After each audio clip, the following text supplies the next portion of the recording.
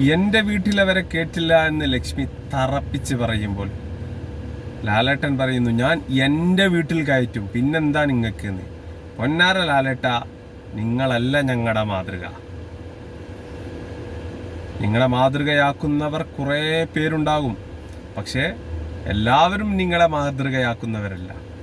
അതിൽ ഒരു ബെസ്റ്റ് ഉദാഹരണം, കൊറോണ സമയത്ത് പാത്രം മുട്ടി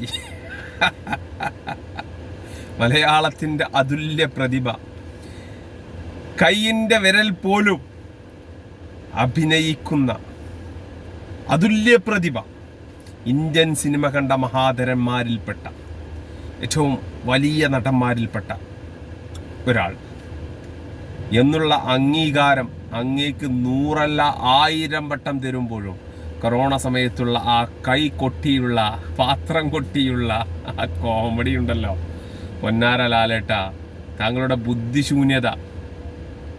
താങ്കൾ കയറ്റുന്ന ആളുകളെ എല്ലാവരും വീട്ടിൽ കയറ്റിക്കൊള്ളണമെന്നില്ല. താങ്കളുടെ നെട്ടിക്കലിലുണ്ടല്ലോ ലക്ഷ്മി, എൻ്റെ നിലപാടതാണെന്ന് പറഞ്ഞാൽ ലക്ഷ്മിക്കിരിക്കട്ടെ ഒരു കുതിരപ്പവൻ.